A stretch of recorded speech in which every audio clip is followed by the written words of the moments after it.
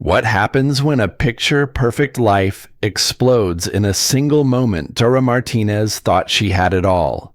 Married to tech billionaire Blake Harrison, 6 months pregnant with their first child, living in a $50 million Malibu mansion.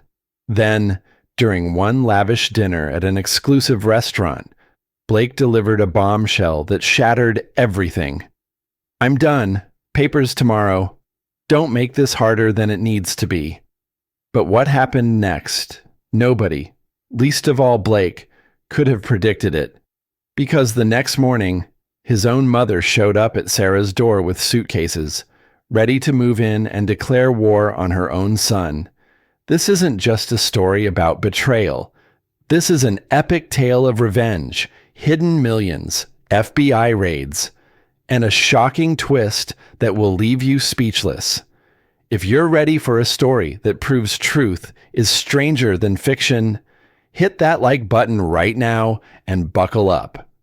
Trust me, you won't want to miss how this incredible drama unfolds. The golden hour light streaming through the floor-to-ceiling windows of Nobu, Malibu made everything look like a dream. Sarah Martinez adjusted her emerald maternity dress and smiled at her phone camera. At 6 months pregnant, she was glowing with that radiant happiness that comes from believing your life is perfect. "Date night with my king," she typed, adding crown and heart emojis. "Blessed beyond measure, #grateful, #babylove." She hit share on her Instagram story, watching as hearts and fire emojis immediately started flooding in from her 100,000 followers. Sarah Martinez had built her brand on authentic luxury lifestyle content, and tonight felt like the pinnacle of everything she had worked for. Across the table, Blake Harrison was scrolling through his phone with the same intensity he brought to board meetings.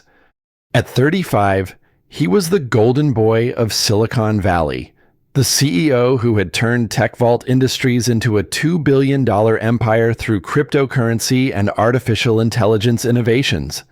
His sharp jawline and piercing blue eyes had graced magazine covers, but tonight those eyes seemed colder than usual. "Blake, honey, put the phone down," Sarah said softly, reaching across to touch his hand. "This is supposed to be our time." He glanced up, and for a moment she saw something flicker across his face, something that looked almost like disgust. But it was gone so quickly she convinced herself she had imagined it. "Sorry, babe," he said, placing the device face down on the white tablecloth. "Big announcement coming up with the IPO. You know how it is." Sarah nodded, even though she did not really know how it was. Blake kept his business life carefully separated from everything else. She had signed so many confidentiality agreements over the years that she sometimes felt like she was married to a state secret rather than a man. The waiter appeared with their appetizer, an intricate arrangement of yellowtail sashimi that cost more than most people made in a day. Sarah took a delicate bite, savoring the buttery fish and trying to ignore the nagging feeling that something was wrong. "So I was thinking," she began, her hand instinctively moving to her rounded belly. "We should really start talking about names. I know we keep putting it off, but she'll be here before we know it." Blake was cutting his fish with surgical precision, not looking up. "Well, we don't know for sure, but I have a feeling. Mother's intuition, you know." Sarah's voice carried that breathless excitement of a woman planning her future. "I was thinking maybe something that honors both our families. Martinez Harrison has such a nice ring to it." That was when Blake finally looked up. His blue eyes were completely devoid of warmth, like looking into Arctic water. Sarah felt her stomach drop, and it had nothing to do with morning sickness. "There's something we need to discuss," Blake said, his voice taking on the clipped, professional tone he used in conference calls. "About our future, or rather, our separate futures." The restaurant seemed to fade away around them, the soft chatter of other diners, The gentle clinking of expensive silverware, the distant sound of waves crashing against the Malibu shore, all of it became white noise. Sarah stared at her husband, her mind struggling to process what he had just said. "Separate futures," she whispered. "Blake, what are you talking about?" He sighed, the sound of a man who was annoyed at having to explain something obvious. "I'm done, Sarah. With this marriage, with this whole situation, my lawyers have already drawn up the papers. They'll be delivered tomorrow morning." The piece of sashimi she had just swallowed felt like it was crawling back up her throat. Sarah gripped the edge of the table, her knuckles turning white. "This is a joke," she managed to say. "This has to be a joke. Blake, I'm pregnant. I'm carrying your child." "I'm aware of the situation," he replied, taking a sip of his $1,500 bottle of wine as if they were discussing the weather. "The child will be provided for, of course. The prenup we signed covers all of this. You'll receive what's specified in the agreement. Nothing more." Sarah's world tilted on its axis. The prenuptial agreement Blake was referencing had been presented to her a week before their wedding 3 years ago. His lawyer had called it a standard formality, something required by the company's board of directors. She had been so in love, so trusting, that she had barely read it before signing. "Blake, please," she said, her voice breaking. "We're supposed to be a team. We're supposed to be building a life together. What about everything we talked about? The house in Tuscany when the baby gets older. Teaching her to surf right here, on this beach." He was already signaling for the check, his movements efficient and cold. "Those were dreams. Sarah, I'm a businessman. I deal in realities." "What reality?" she demanded, her voice rising enough that other diners were starting to glance their way. "What changed? Is there someone else?" Blake's pause lasted exactly 3 seconds too long. In that silence, Sarah's heart shattered into a million pieces. "Her name is Amber Sterling," he said finally. "She's a business partner. She understands the pressures of my world in a way that you never could." Amber Sterling. Sarah knew that name. The 26-year-old influencer and crypto investor who had been circling Blake's company for months. Sarah had even met her at a charity gala, where Amber had looked right through her like she was furniture. "So you're discarding me," Sarah said, her voice hollow. "Like I'm some failed investment." "I'm restructuring my personal portfolio," Blake replied, standing and adjusting his $1,000 jacket. "The car will take you home. Don't wait up." He dropped $500 bills on the table and walked away without looking back, leaving Sarah sitting alone, surrounded by the debris of their expensive meal and her demolished life. The ride back to their $50 million Malibu mansion was a blur of tears and disbelief. Sarah tried calling her best friend Tyler, but it went straight to voicemail. She tried her sister in Texas. Same result. It was as if the universe had conspired to leave her completely alone with her devastation. The house, usually a symbol of their success and happiness, felt like a mausoleum. Every photograph on the walls, their wedding in Napa, their honeymoon in Bora Bora. Last Christmas morning, when they had announced the pregnancy to Blake's mother, felt like evidence of a massive lie. Sarah wandered into what was supposed to become the nursery. Blake had promised to hire a designer after they found out the gender. Now she realized he had never intended to follow through on that promise. How long had he been planning this? How long had she been living in a fantasy while he orchestrated her destruction? She spent the night in the guest room, unable to bear sleeping in their bed. Every time she closed her eyes, she saw Blake's face at the restaurant, cold, calculating, completely devoid of the man she thought she had married. Morning came not with sunrise, but with the sharp sound of the doorbell at exactly 9 a.m. Sarah dragged herself to the front door, expecting to find a courier with the divorce papers Blake had promised. Instead, she found something far more surprising.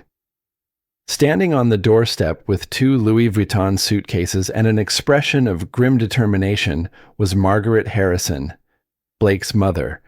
Margaret was a steel magnolia from Georgia, all sweet smiles and sharp edges, with perfectly styled silver hair and the kind of old money elegance that could cut glass. "Hello, sugar," Margaret said in her soft Georgian drawl. "I heard what my son did. Pack ran, tell him he's a damn fool, so I figured I better come see about you and my grandbaby." Sarah stared at her mother-in-law in complete confusion. Margaret had always been polite but distant, the kind of woman who sent expensive, impersonal gifts on birthdays and maintained careful, emotional boundaries. "Margaret, I don't understand. What are you doing here?" Margaret picked up her suitcases and stepped past Sarah into the marble foyer. "Honey, I'm moving in. That boy of mine thinks he can treat women the way his daddy did, but he's got another think coming. We've got work to do." Margaret Harrison had not come unprepared. Within an hour of her arrival, she had transformed the sterile kitchen into something that actually felt like a home. Sweet tea was brewing, biscuits were in the oven, and she was making phone calls with the efficiency of a general marshalling troops. "Now, Sarah, sugar, sit yourself down and tell me everything," Margaret said, sliding a glass of sweet tea across the granite counter. "And I mean everything. Every conversation, every document, every promise that man made to you." Sarah found herself pouring out the entire story, the whirlwind romance, the isolated life Blake had created for her, the way he had systematically cut her off from her friends and family back in Texas. As she talked, Margaret's expression grew darker. "That's exactly what his daddy did to me," Margaret said quietly when Sarah finished. "Same playbook, different generation. Blake's father, God rest his soul, was a charmer right up until the moment he decided I was no longer useful to his image." "What happened?" Sarah asked. "He left me for a 25-year-old socialite when Blake was 15. Told me I was getting too old, that he needed someone who could help him in business circles." Sound familiar? Sarah felt a chill run down her spine. "What did you do?" "I took his settlement like a good little Southern belle and spent the next 20 years regretting it," Margaret said, her voice hardening. "But that was then, and this is now. And honey, times have changed." Margaret's first call was to Jake Rodriguez, a divorce attorney whose reputation for ruthlessness was legendary in California. His office was in downtown Los Angeles, a gleaming tower that screamed power and intimidation. Jake Rodriguez was not what Sarah had expected.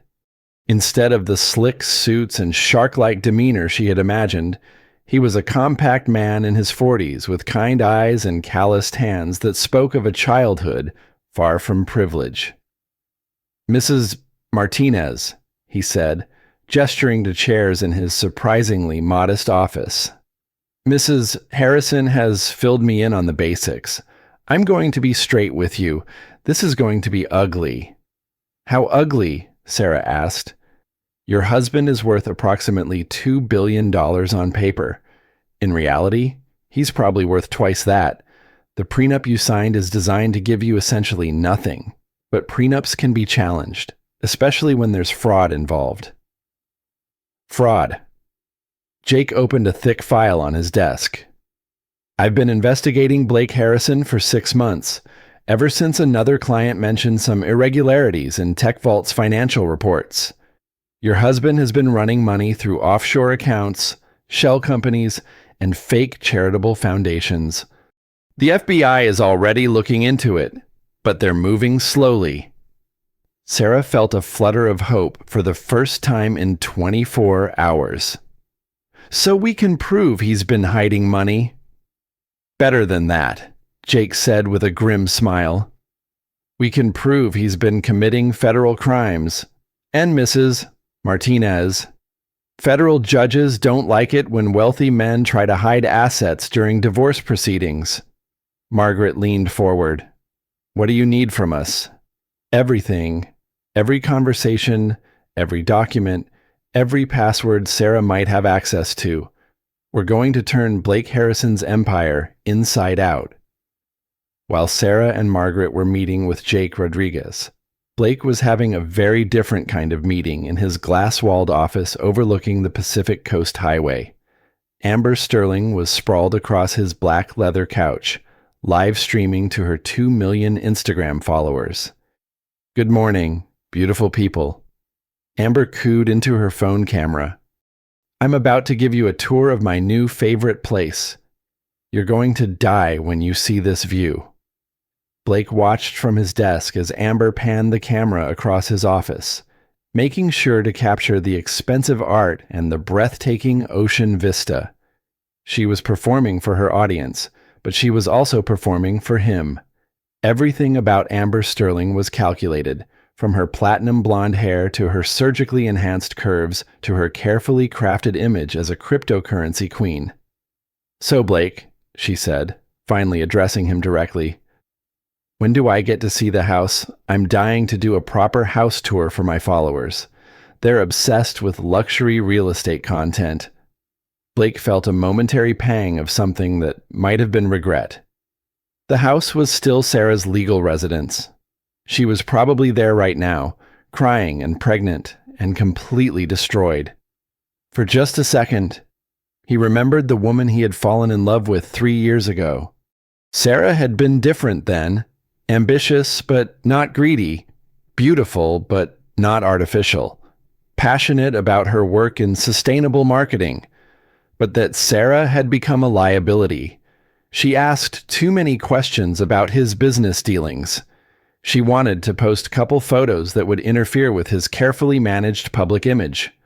Worst of all, she had gotten pregnant at exactly the wrong time, just as he was preparing for the biggest IPO in tech history. Soon, he told Amber. Just give me a few days to handle the paperwork. Amber pouted prettily, an expression she had perfected through years of influencer training. I hate waiting. You know I'm not a patient girl. That evening, Sarah discovered just how far Blake was willing to go to control the narrative. She was lying in bed, scrolling through her phone and trying to distract herself from her devastation when Tyler finally called her back. Sarah, what the hell is going on? Her best friend demanded. I just saw the most insane TikTok video about you and Blake. What video? Sarah asked, though she was already dreading the answer. Someone recorded you guys at dinner last night. The whole thing is on social media. But Sarah, that's not the worst part. There are photos of you leaving some hotel last month with another man, and people are saying you were cheating on Blake. Sarah's blood turned to ice. That's impossible. I never cheated on Blake. I would never... I know that. Tyler interrupted. But the photos look real. They're everywhere. TMZ. Entertainment Tonight. Every gossip blog in existence. Blake's PR team is calling you a gold digger who was using the pregnancy to trap him. Sarah's phone was buzzing with notifications so fast it sounded like an angry wasp. Every social media platform, every news outlet, every gossip blog was running the same story: tech billionaire Blake Harrison's pregnant wife caught cheating. The photos were damning. Sarah leaving the Beverly Hills Hotel with a tall, dark-haired man. Sarah getting into a car with the same man. Sarah laughing and touching his arm in what looked like an intimate gesture. The problem was, Sarah recognized the man in the photos. It was Tyler Chen, her best friend since college, and one of the most successful investigative journalists in Los Angeles. Tyler was also gay, something that apparently Blake's team had failed to mention in their carefully orchestrated character assassination. This is insane, Tyler said over FaceTime, his face tight with anger. "These photos are from when I helped you pick out furniture for the nursery. I was literally there as your gay best friend, helping you choose between two different shades of yellow paint." But context did not matter in the court of public opinion. The photos looked incriminating, and Blake's PR machine was working overtime to paint Sarah as the villain in their marriage's collapse. The comment sections were brutal. "Gold-digging whore. She trapped him with a pregnancy and then cheated. Blake dodged a bullet. Hope the baby isn't even his." Sarah's carefully built lifestyle brand was evaporating in real time. Companies that had paid her tens of thousands of dollars for sponsored posts were quietly removing her content. Her management team stopped returning her calls. Even some of her closest friends began distancing themselves, unwilling to be associated with the scandal. Margaret found Sarah sobbing in the nursery at 2 a.m., surrounded by empty boxes that were supposed to hold baby clothes and furniture. "They're destroying me," Sarah whispered. "Everyone believes I'm this terrible person. My whole life. Everything I worked for. It's all gone." Margaret sat down on the floor beside her daughter-in-law. Her designer dress be damned. "Sugar, this is exactly what Blake's daddy did to me. He controlled the story, made me look like the unstable one, the greedy one. Back then, I didn't have the tools to fight back." "What tools?" "The internet, social media, the 24-hour news cycle. Back then, rich men could control information. Now, the truth has a way of coming out." Margaret's voice hardened. "And honey, we're going to make sure it does." The next morning brought a new horror. Sarah woke up to find moving trucks in her driveway and strangers carrying her belongings out of the house. Blake's security team was overseeing the operation, treating her like a trespasser in her own home. "You can't do this," Sarah protested, still in her pajamas and 6 months pregnant. "This is my house too." The head of security, a boulder of a man named Dave, shrugged apologetically. "Sorry, ma'am, but Mr. Harrison has legal right to secure the property. You're welcome to collect personal items, but everything else stays." Sarah watched helplessly as her entire life was packed into boxes and loaded onto trucks. Her clothes, her books, her photographs, everything that made the house feel like home was disappearing. That was when she saw the black Mercedes pull into the driveway. Amber Sterling stepped out of the car like she was walking a red carpet, her blonde hair perfectly styled and her outfit clearly chosen for maximum Instagram impact.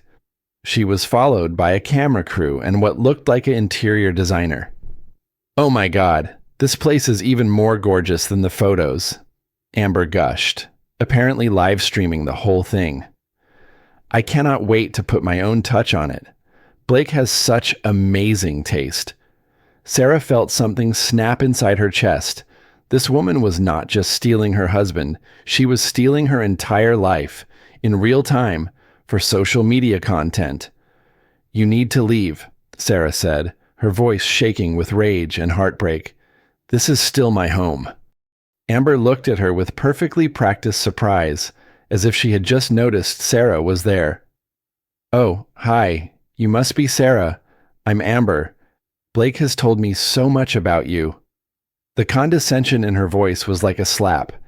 Amber was younger, thinner, richer, and completely unburdened by pregnancy or genuine emotion. She represented everything Sarah was not, everything Blake apparently preferred. "I said leave," Sarah repeated. "Actually," Amber replied with a smile that never reached her eyes. "Blake asked me to oversee the transition. He thought it would be easier if I handled the interior updates while you figured out your next steps." The humiliation was complete. Sarah was being evicted from her own home by her husband's mistress, while her belongings were packed away like evidence of a failed business venture. The moving crew, the security guards, even the gardener. Everyone was witnessing her complete and utter destruction. That night, Margaret found Sarah a temporary rental in Manhattan Beach, a modest two-bedroom apartment that felt like a prison cell after the Malibu mansion. Sarah sat on the cheap IKEA couch, staring at her phone as her social media metrics plummeted and her professional relationships disintegrated. "I've lost everything," she said numbly. "My husband, my home, my career, my reputation. All I have left is this baby, and half the internet thinks it might not even be Blake's." Margaret sat down beside her, took her hand, and squeezed it tightly. "Sugar, you haven't lost everything. You've lost your illusions. And sometimes that's exactly what you need to start fighting back." Tyler Chen arrived at Sarah's apartment the next morning carrying coffee, donuts, and a laptop bag that looked like it could survive a nuclear blast. As one of Los Angeles' most respected investigative journalists, Tyler had spent his career exposing corruption in high places, but this case was personal. "All right," he said, setting up his equipment on Sarah's tiny dining table. "Margaret filled me in on what Jake Rodriguez found. If Blake is running money through offshore accounts and shell companies, there's going to be a paper trail. These tech bros always think they're smarter than everyone else, but they leave digital breadcrumbs everywhere." Sarah watched as Tyler pulled up financial documents, social media posts, and business filings on multiple screens. His fingers flew across the keyboard with the kind of precision that came from years of uncovering secrets that powerful people wanted to stay buried. "Here," Tyler said, pointing to a series of transactions from 18 months ago. Blake's company made a $10 million donation to something called the Future Leaders Foundation. "Sounds charitable." "Right. Right," Sarah said, though she had no idea where this was going. "Except the Future Leaders Foundation doesn't exist. The address listed is a P.O. box in the Cayman Islands, and the only activity on their website is a single blog post about cryptocurrency education." Tyler's eyes were gleaming with the thrill of the hunt. That $10 million got washed through 3 different shell companies before landing in an account controlled by someone named A. Sterling. Sarah's breath caught. Amber Sterling. "The very same. Your husband has been funneling money to his girlfriend for over a year, disguising it as charitable donations and business investments. But that's not even the best part." Tyler clicked to another screen, showing a series of encrypted chat logs. "I have a contact at the FBI who's been monitoring Blake's communications as part of a broader investigation into cryptocurrency fraud. They gave me these messages between Blake and someone with the username CryptoQueen26. Sarah leaned closer to read the messages. CryptoQueen26. The donation cleared. "You're so generous to future leaders." Wink emoji. "B. Harrison, CEO. Anything for education. Make sure you invest it wisely." CryptoQueen26. "Oh, I plan to invest it in some very personal projects. Maybe a new house, a new car, a new life. B. Harrison, CEO. Just be careful. My wife is asking questions about the foundation." CryptoQueen26. "Don't worry, baby. Soon you won't have to worry about wives asking questions." "They've been planning this for months," Sarah whispered. "Maybe longer." "It gets worse," Tyler said grimly. "Or better, depending on how you look at it. Those photos of you and me at the hotel, I tracked down the photographer. He was hired by a private investigation firm that's on Blake's payroll. They've been surveilling you for weeks, waiting for any moment they could twist into evidence of infidelity." Sarah felt sick. So this whole thing was planned. The divorce, the photos, the media campaign. Every single detail. Blake wanted to destroy your credibility before you could fight back. But here's what he didn't count on. Tyler pulled up another screen, this one showing financial records for TechVault Industries. The FBI's investigation isn't just about hidden money. They think Blake has been manipulating cryptocurrency markets, using insider information to make trades that should be illegal. Margaret had been listening from the kitchen, but now she walked over and sat down at the table. "How illegal are we talking? Federal prison illegal," Tyler said. "Securities fraud, wire fraud, money laundering, tax evasion. If the FBI can prove even half of what they suspect, Blake could be looking at 25 years. For the first time since Blake had announced their divorce, Sarah felt something other than devastation. It was a tiny spark, but it felt like hope. "Can we use this in the divorce?" she asked. "Absolutely," Margaret said, pulling out her phone. "I'm calling Jake Rodriguez right now. If Blake wants to play hardball, we'll show him what hardball really looks like." Jake Rodriguez's office was buzzing with activity when they arrived that afternoon. Paralegals were rushing around with boxes of documents. Phones were ringing constantly, and Jake himself looked like he had been running on nothing but coffee and adrenaline for days. "This is big," he told them without preamble. "Bigger than I initially thought. The FBI contacted me this morning. They want to coordinate our civil investigation with their criminal case." "What does that mean?" Sarah asked. "It means that Blake Harrison is about to have the worst week of his life," Jake replied with satisfaction. "They're preparing to execute search warrants on his office, his homes, and his personal devices. When that happens, everything he's been trying to hide is going to come to light." Margaret leaned forward. "How long do we have?" "The raids are scheduled for tomorrow morning. I suggest you and Sarah find somewhere very public to be when it happens. The media circus is going to be intense, and you want to control the narrative this time." That evening, Sarah sat in her small apartment, finally allowing herself to believe that justice might be possible. Tyler was there, along with Margaret, and for the first time in days, she felt like she had people in her corner who actually cared about her well-being rather than her usefulness. "There's something I need to tell you both," Sarah said quietly. "About the prenup I signed." Margaret and Tyler exchanged glances. "What about it, sugar?" Margaret asked. "I lied earlier when I said I barely read it. I did read it, at least parts of it. And there was a clause that I didn't understand at the time, but I'm starting to think it might be important." Sarah pulled out her phone and scrolled to a photo she had taken of the document 3 years ago. "Here, it says that the agreement becomes null and void if either party commits a felony during the marriage." Jake Rodriguez was going to be very interested in that clause. The next morning dawned clear and bright in Los Angeles, the kind of perfect California day that made everything seem possible. Sarah woke up in her Manhattan Beach apartment feeling something she had not experienced in weeks, anticipation instead of dread. Margaret was already in the kitchen, making her famous buttermilk pancakes and humming softly to herself.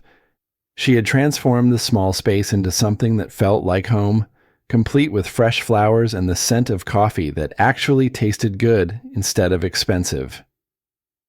"Today's the day. Sugar," Margaret said, sliding a plate across the counter to Sarah. "Eat up. You're going to need your strength." Sarah's phone buzzed with a text from Tyler. "FBI raids happening now. Blake's office, the Malibu house, and his warehouse in Long Beach. It's beautiful chaos."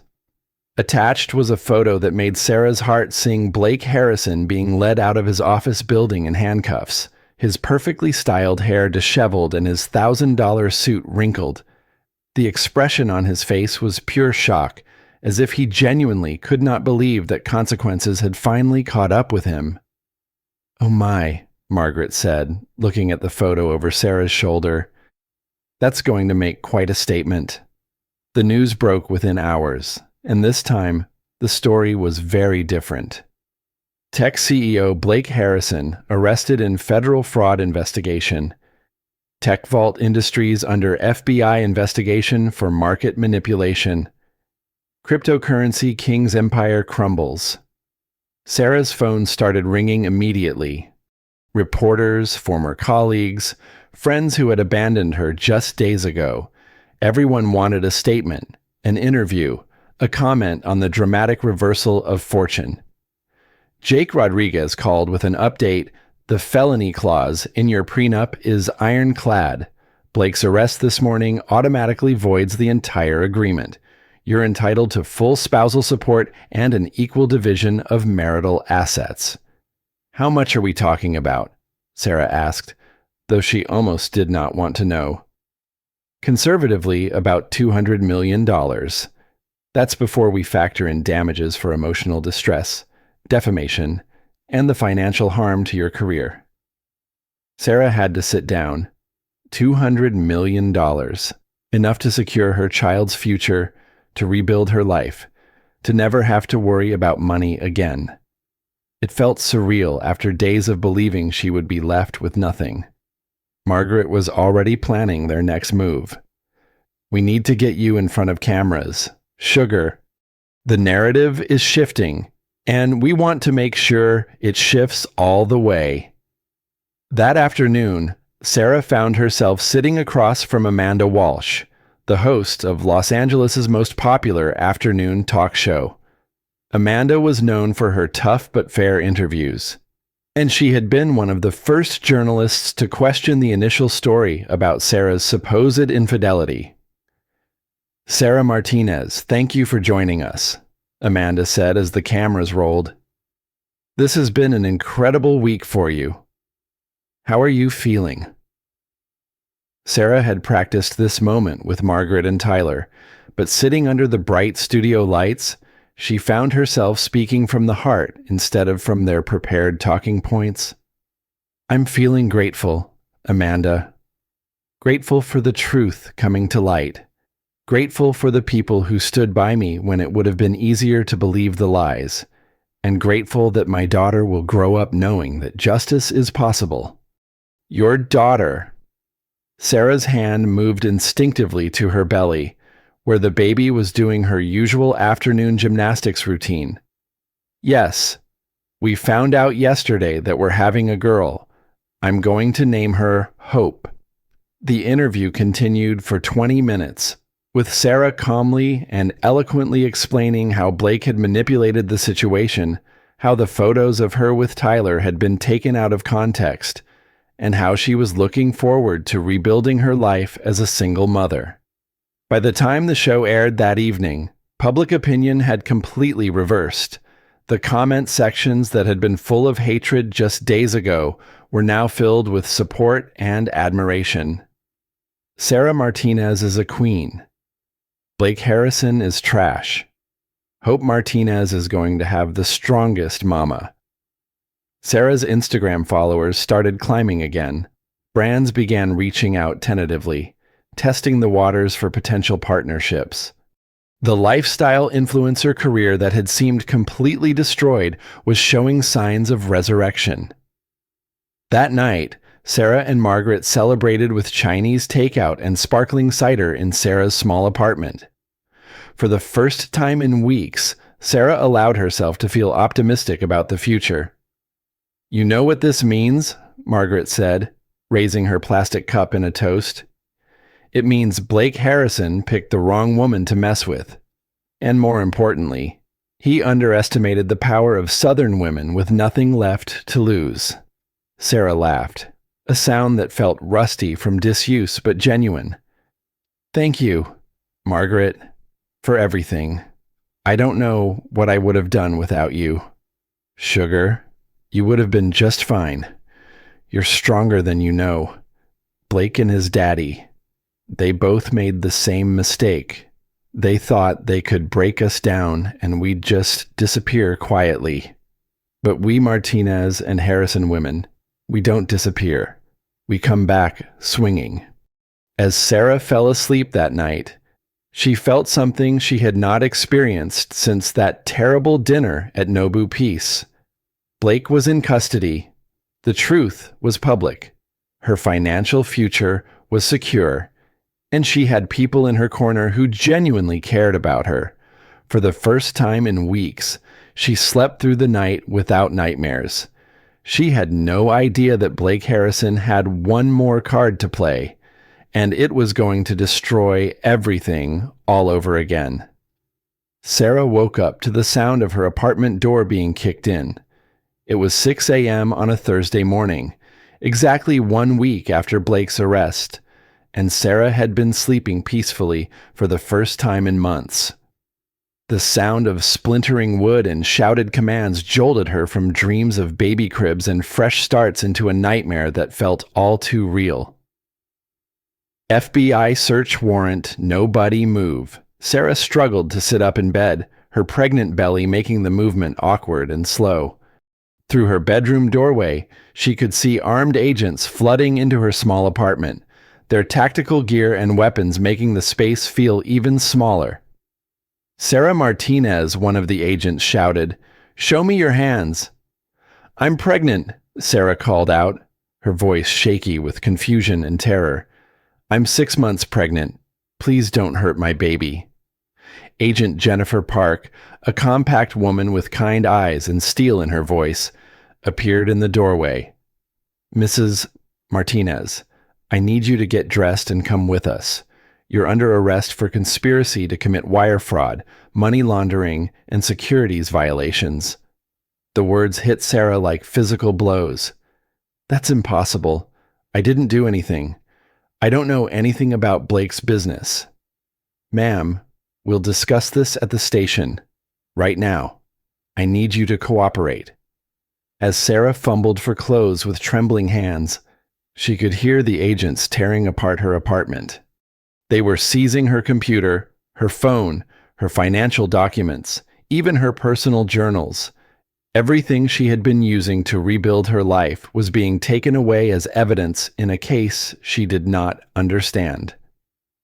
Margaret arrived just as they were leading Sarah out in handcuffs, her silver hair still in rollers and her face pale with shock. "What is happening?" Margaret demanded. "Sarah, don't say anything.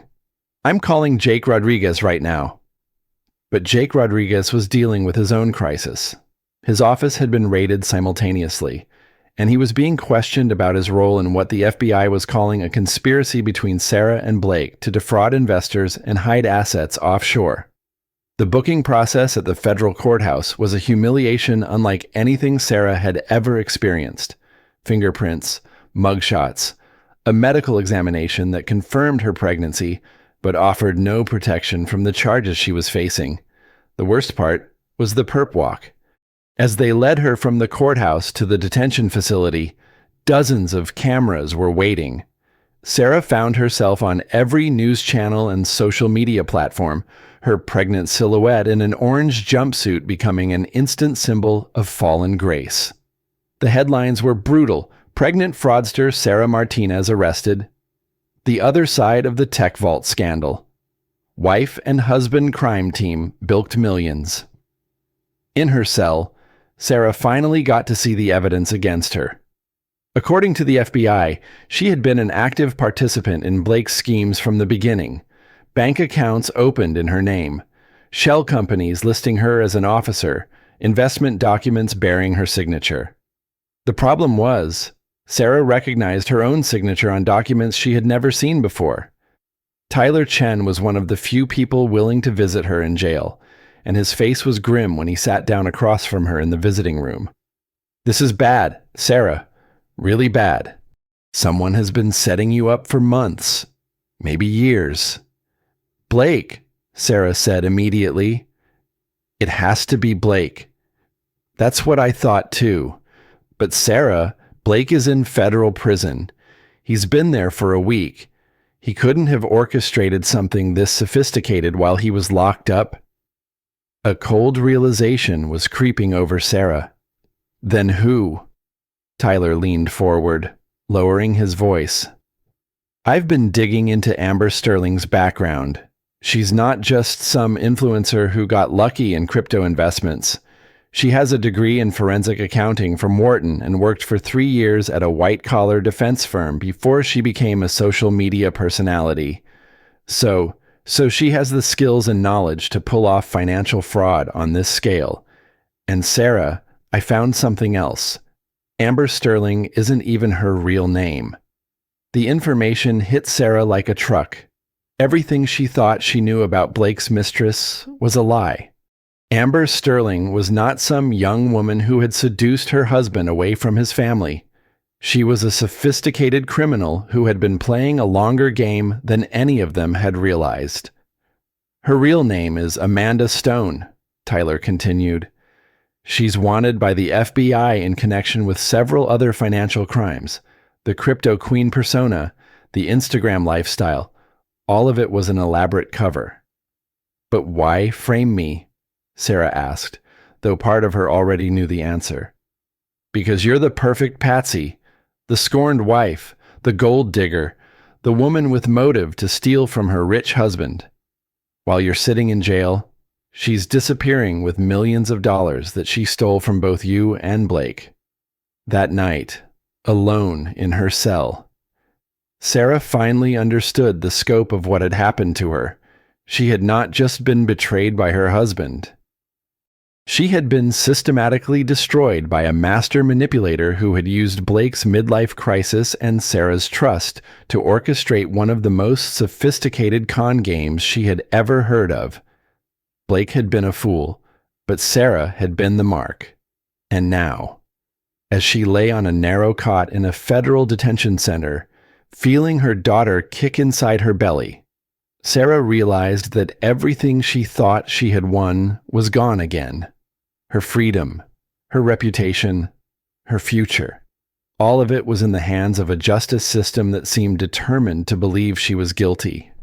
The worst part was that Margaret was now under investigation too, simply for helping Sarah fight back. The woman who had sacrificed her relationship with her son to protect her daughter-in-law was facing the possibility of her own criminal charges. Sarah had never felt more alone or more hopeless in her entire life. And somewhere out there, Amber Sterling or Amanda Stone, or whatever her real name was laughing at how perfectly her plan had worked. Sarah's bail hearing was scheduled for a Friday morning, exactly 2 weeks after Blake's arrest. Margaret had somehow managed to secure Jake Rodriguez's release and convinced him to represent Sarah despite the cloud of suspicion hanging over his own practice. The good news, Jake told Sarah in the holding cell before the hearing, is that the evidence against you is circumstantial. Yes, your signatures are on documents, but we can prove they were forged. Yes, bank accounts were opened in your name, but you never had access to them. And the bad news, Sarah asked, though she was not sure she wanted to hear it. The bad news is that Amanda Stone, aka Amber Sterling, has disappeared completely.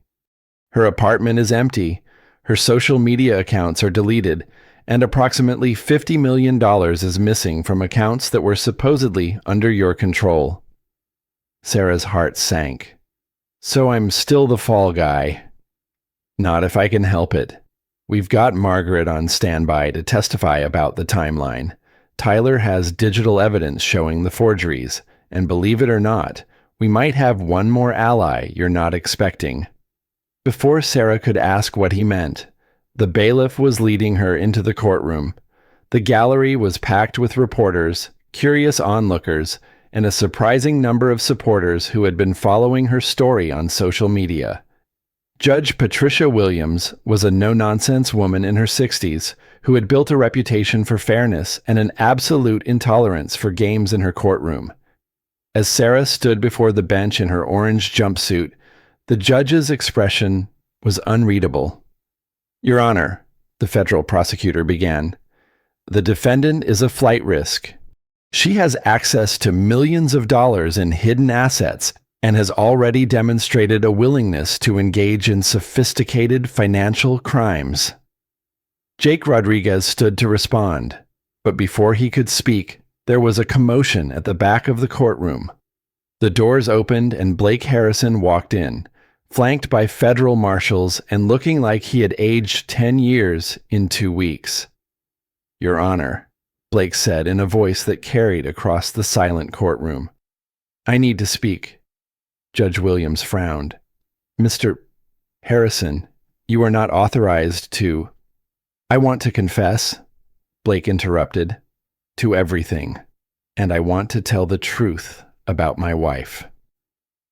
The next 30 minutes were unlike anything Sarah had ever experienced. Blake, under oath and in front of a packed courtroom, detailed how he had been manipulated by Amanda Stone from the beginning, how she had seduced him, convinced him that Sarah was holding him back, and gradually involved him in increasingly sophisticated financial crimes. She told me that Sarah was already suspicious, Blake testified, his voice breaking, that we needed to discredit her before she could expose us. I thought I was protecting my company, but I was just making it easier for Amanda to steal from all of us.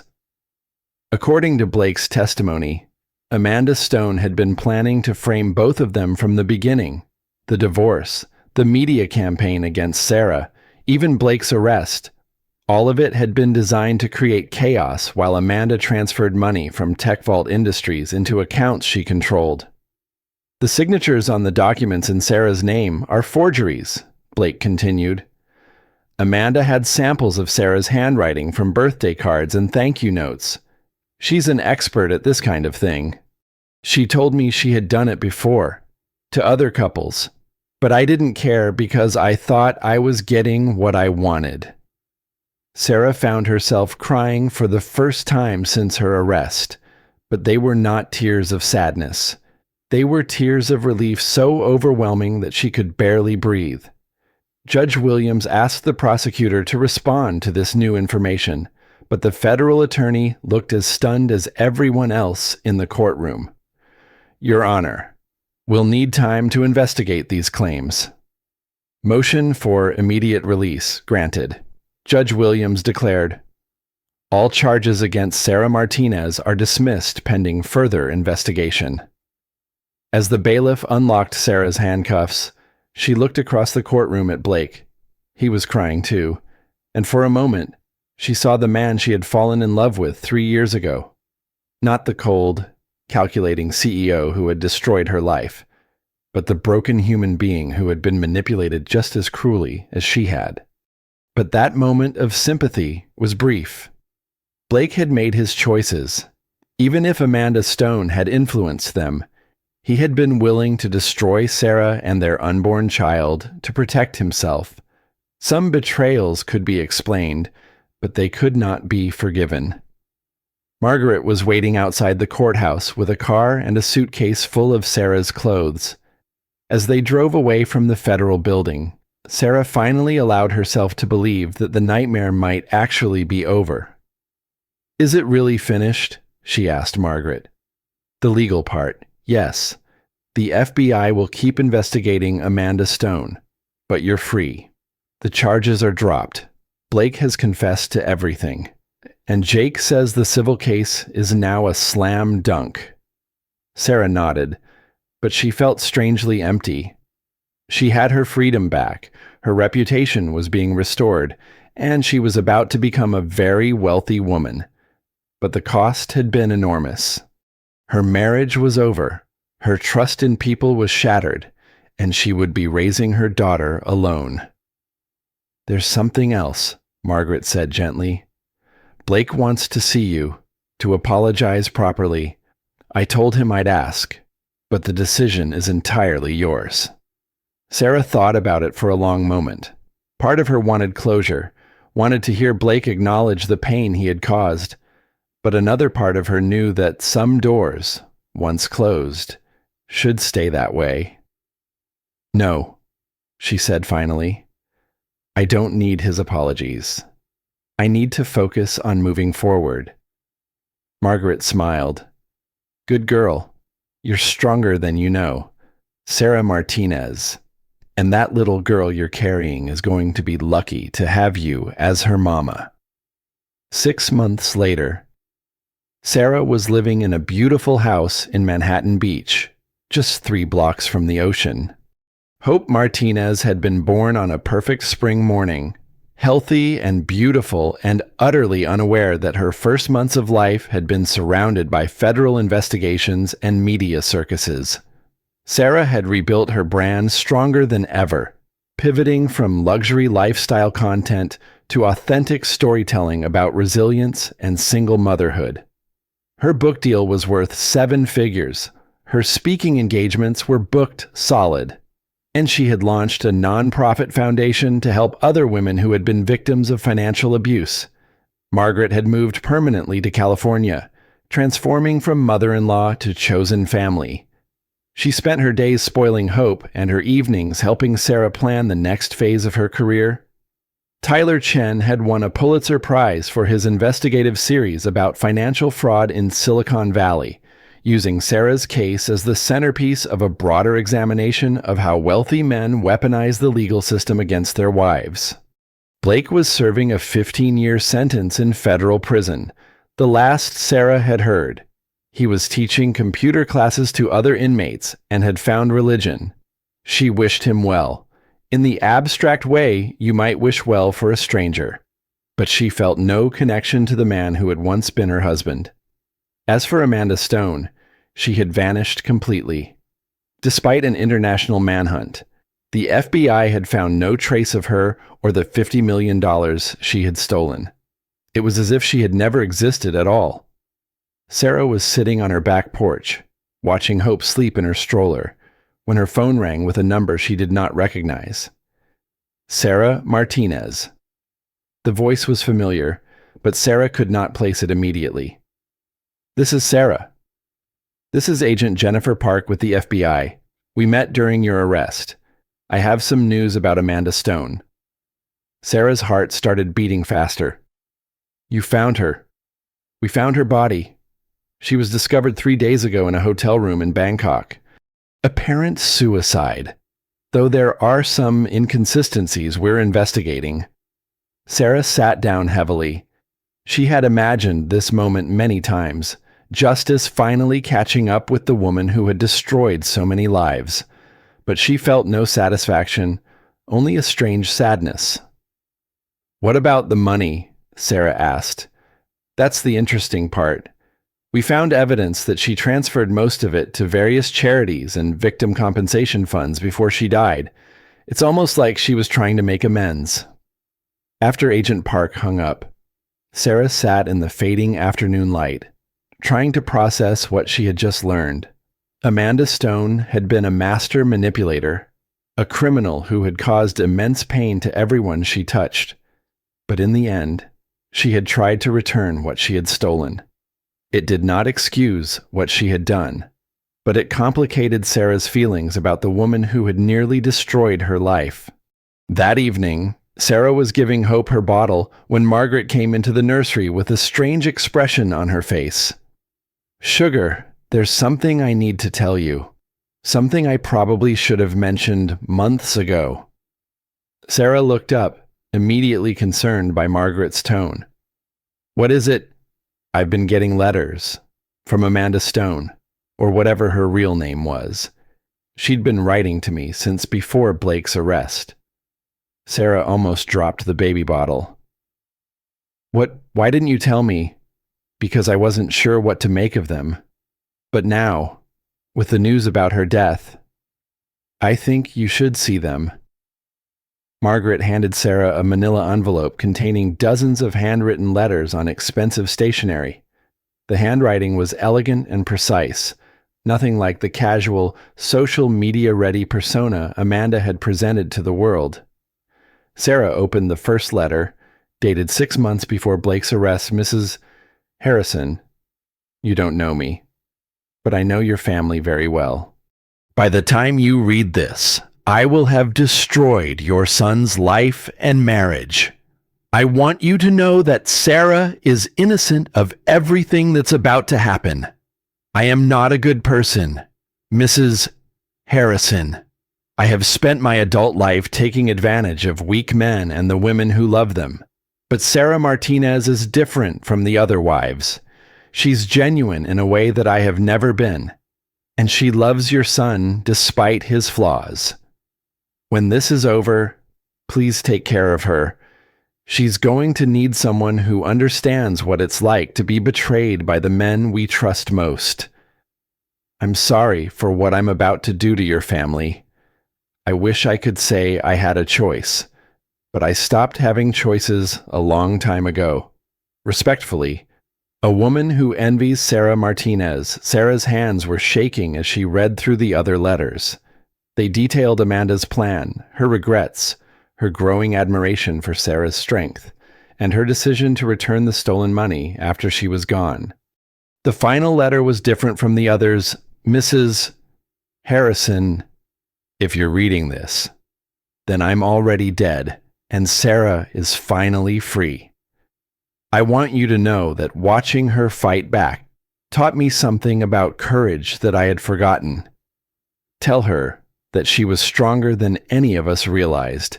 Tell her that Hope is lucky to have her as a mother. And tell her that sometimes the greatest gift you can give someone is to disappear from their life completely. Take care of each other. Sarah looked up at Margaret, tears streaming down her face. She planned all of this, the confession, the money, even her own death. It seems that way, Margaret said softly. But why? Margaret sat down beside Sarah and Hope. 3 generations of strong women in a room full of toys and baby blankets and the promise of better tomorrows. I think, Margaret said slowly, that Amanda Stone met her match in you, Sugar. I think she saw what real strength looked like, and it made her want to do better, even if she couldn't figure out how to be better. 2 years later, Sarah Martinez stood at the podium of the Los Angeles Convention Center, looking out at an audience of 3,000 women who had come to hear her speak at the Rising Strong conference. In the front row, Margaret was holding 2-year-old Hope, who was trying to eat the program and generally being an adorable distraction. 2 years ago, Sarah began, her voice clear and confident. I thought my life was over. I had been betrayed by the person I trusted most, publicly humiliated, and left pregnant and alone with nothing but the clothes on my back and a mountain of legal bills. The audience was silent, hanging on every word. Sarah's story had become legendary in circles of women who had survived financial abuse, divorce, and public scandal. But here's what I learned during those dark months. Rock bottom can be the strongest foundation you've ever built on. The applause was thunderous. Sarah waited for it to die down before continuing. I learned that the family you choose is often stronger than the family you're born into. I learned that the truth has a way of coming to light, even when powerful people try to bury it. And I learned that sometimes the worst thing that happens to you becomes the catalyst for the best thing that ever happens to you. She gestured toward Margaret and Hope. That beautiful chaos in the front row, that's my daughter Hope, named for what I never lost, even in my darkest moments. And the woman holding her is Margaret Harrison, who chose to stand with me instead of her own son when it mattered most. The audience erupted again.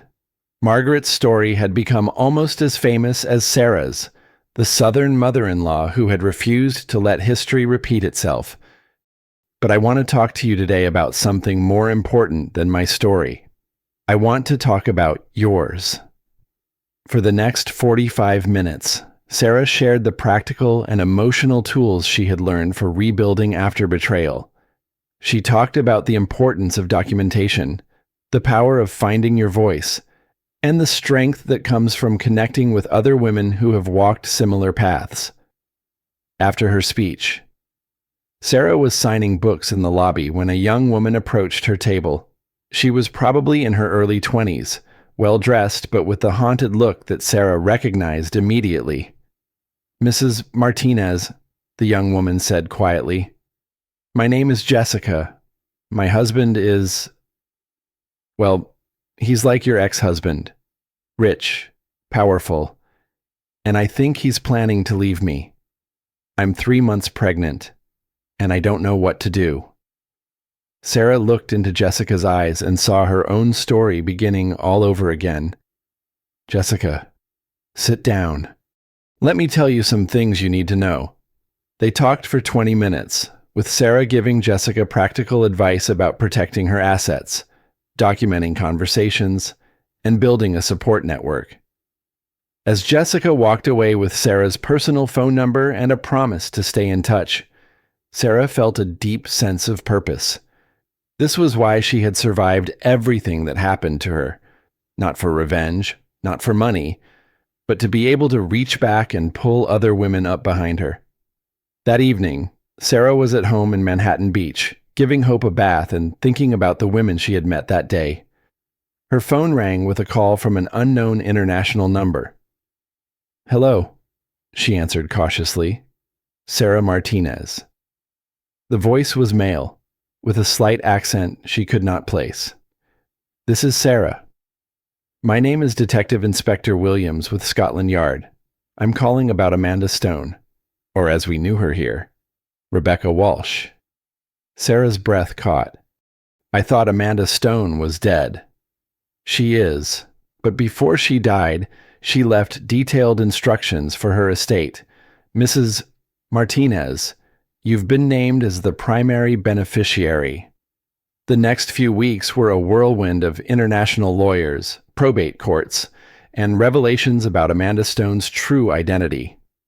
It turned out that Amanda Stone had been the final identity in a long line of aliases used by a woman who had been born Rebecca Walsh in Manchester, England. Rebecca had been a brilliant student who had turned to financial crimes after her own parents had been defrauded by a con man when she was in college. For 15 years, she had targeted wealthy men who had a history of mistreating women, stealing their money, and disappearing before they could retaliate. Blake had been intended to be her final score, but something about Sarah had changed her plans. According to documents Rebecca left behind, she had genuinely tried to talk Blake out of leaving his wife before she realized he was determined to destroy Sarah regardless. The inheritance was substantial, $25 million, and a detailed confession that cleared up the remaining legal questions about Sarah's case. But perhaps more importantly, Rebecca had left behind something else. A letter addressed to Hope Martinez, to be given to her on her 18th birthday. "Dear Hope, you will never know me, and that is probably for the best.